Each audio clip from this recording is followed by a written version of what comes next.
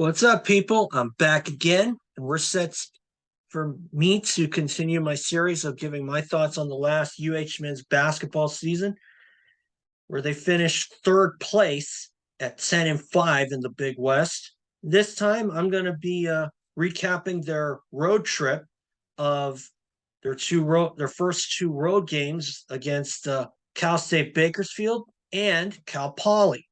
And I'll go ahead and say right now that UH came away with 2 wins out of 2 games. So let's get started. And I'll say right now that the Cal State Bakersfield game, I'm going to review that first. And I'm going to share my screen right here.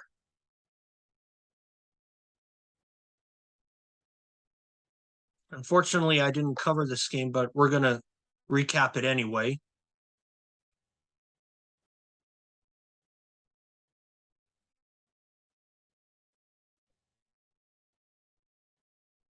And I realized that my last video I didn't do that last time on one video, but that's for another time. So anyway, here it is. This is on HawaiiAthletics.com. They covered the game there. And of course, UH ended up winning that game. So you can see 63-59. It was a 4-point matchup, but UH was able to come through and still win it. They won the second half, and usually when you win the second half, you win the game. You win the first half, win the second half, that equates to a win. But anyway, this is what happened. This took place on January 20th. And as you can see right here, was their first visit to Bakersfield. Of course, last season, Bakersfield came here to the islands and ended up getting 2 wins over us. And unfortunately, that was the two losses out of 4 straight that happened last season. Anyway, getting to this one, UH ended up 3-0 thanks to that win, and it was at the Icardo Center, and they shot really good at 68%, and they managed to keep their conference record at 3-0 after that non-conference win against UC San Diego.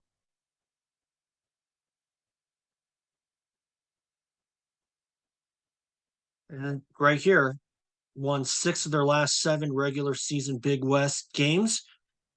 They have a typo here, but that's okay. And of course, Junior Madut leading the way with 17. Jerome DeRosier with 16. These two were the X factors here, along with Noel Coleman scoring 10 in the second half.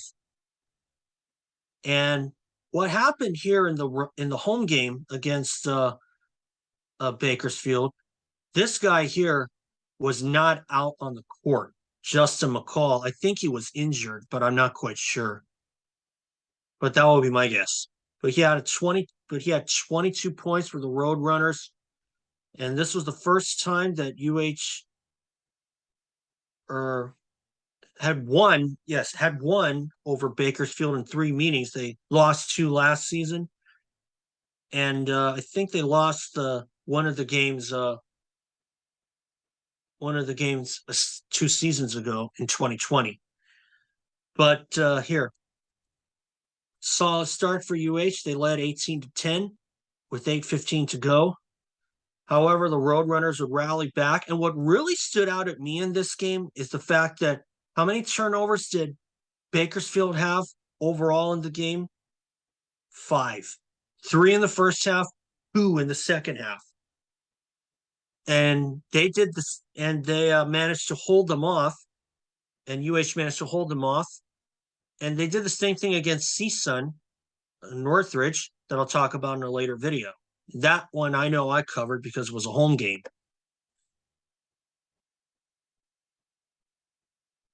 And fortunately, despite shooting 30%, UH trailed by only 2. and they ended up down 28-26. But here's what happened that really told the story for UH. They they came out strong out of the locker room, and Coach Ganata said that the team is a second half team, and I'm inclined to agree. They are a second half team, and they certainly prove it time and time again. This was one of those games.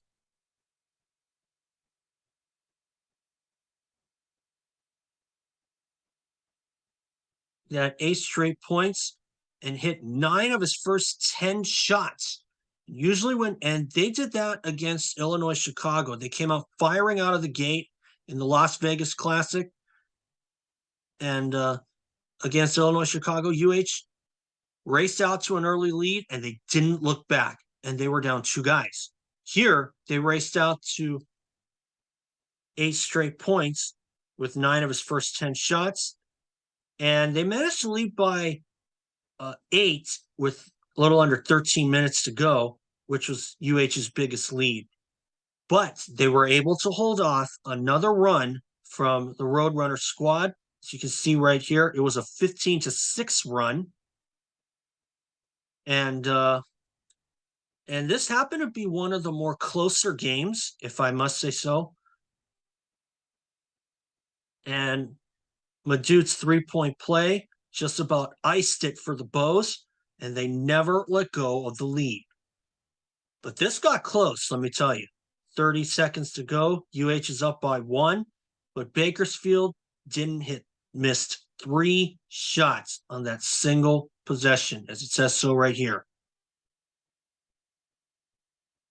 And UH secured the win with 5 straight free throws from DeRosier and Madute, which made them X factors in my book. So 63-59.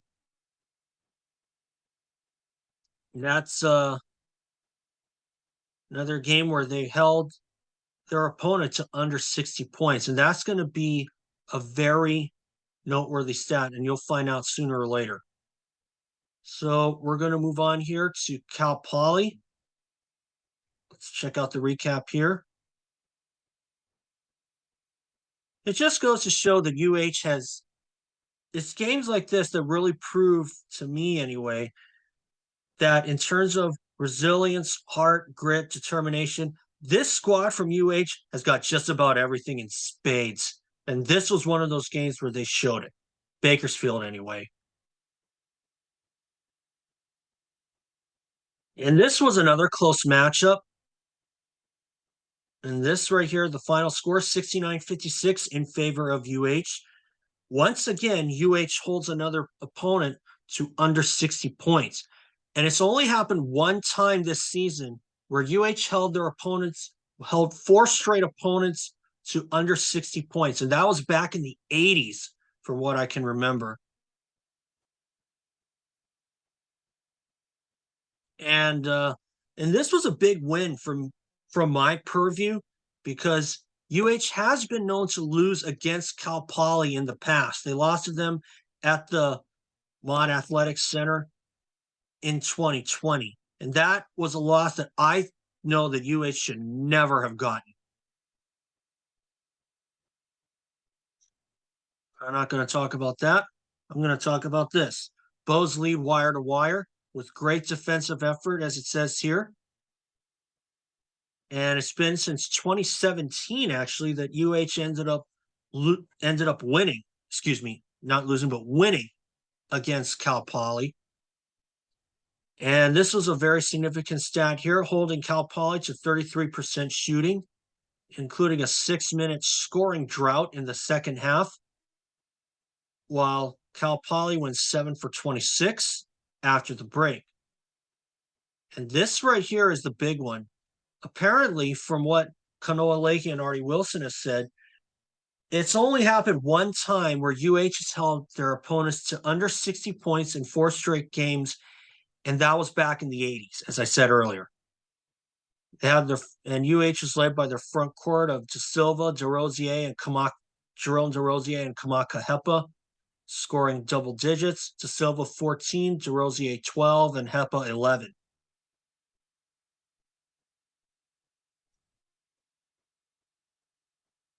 However, Cal Poly is known to be resilient, and they showed that in their home matchup, in UH's home matchup against them. But this run here, a 17-3 run to close it down to 2 points. But fortunately, UH never lost the lead, and I thought that was a big thing for them to do. Because for UH to hold on over a team like Cal Poly, which is notoriously down at the bottom of the conference, may not seem very significant, but believe me, considering that they haven't won at the Mott Athletics Center since 2017, that's a big mental victory. And of course, as you see in the second half, they outscored Cal Poly 11-2 to push its lead to double digits, and they would cruise from there. Unfortunately, UH proved that they're resilient. They got 2 wins over them last season, but they had to do so by digging deep because they were down 2 guys because Samuta Avea opted out of the season in 2020, in the 2020-21 season, and Bernardo da Silva was out for the year with an injury. And this time they got Bernardo back. They got a new player in Justice Jackson into the roster just before the Diamond Head Classic. And it's safe to say that UH was certainly due for a break to come their way, and they definitely got their fair share of breaks, of good breaks. So UH built their lead to 14, and they cruised from there, holding the Mustangs to without a field goal for the next 6 minutes plus. And this was where the CSUN game, which we'll talk about in the next game, I'll go ahead and say right now that this was where they got exposed on one thing, on one defect, which cost them the next 3, which cost them a 3-game skid. But anyway, we're going to quit sharing here. Now, anyway, as I'm sure you know, last time I didn't do this because the UC San Diego game was a non-conference game, but I'm showing my story to you.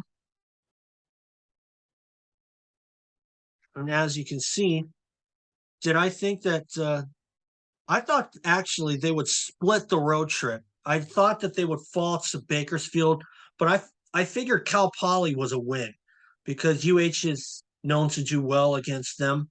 Of course, they haven't won at the Mott Athletics Center since 2017, but still, regardless of that, I thought Cal Poly was a guaranteed win because they're down at the bottom of the conference. What I didn't expect was Bakersfield was down near the bottom of the conference. And of course, during their home matchup, which was senior night, that was when Kanoa Leahy had mentioned that that's the announcer. He mentioned that Bakersfield had lost a lot of its quote unquote heart and soul of their team that caused UH to fall to them twice. But even though they fell to them twice last season, they happened to lead the conference in offensive rebounds. And how many did they get in the home matchup against UH last season? 2. UH held them to just 2 offensive rebounds. And that's a noteworthy stat because they lead the conference in offensive rebounds. Bakersfield, I'm talking about. But anyway, I thought that UH would split the road trip, and as luck would have it, they came away with 2 wins, and they managed to come through, keeping a 4-0 record, which was the start of a 7-game win streak, 6-0 in terms of conference play, obviously because UC San Diego does not count. And I'll go ahead and say right now, if you can see right here, my CSUN, it was a homestand. And I thought that UH would split the homes. I thought UH would split the homestand at least. But I'll go ahead and say right now, they came away with 2 wins. The Santa Barbara game, I can't wait to cover that one.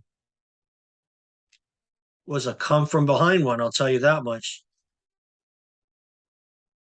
But anyway, as you can see, I thought they split the road trip. They did one better. They came away with 2 wins. So right on UH, that's 4-0. And we'll cover CSUN on the next video. So in the words of former sportscaster Jim Leahy, mahalo for watching and malama pono ke kahi, ke kahi. See you soon.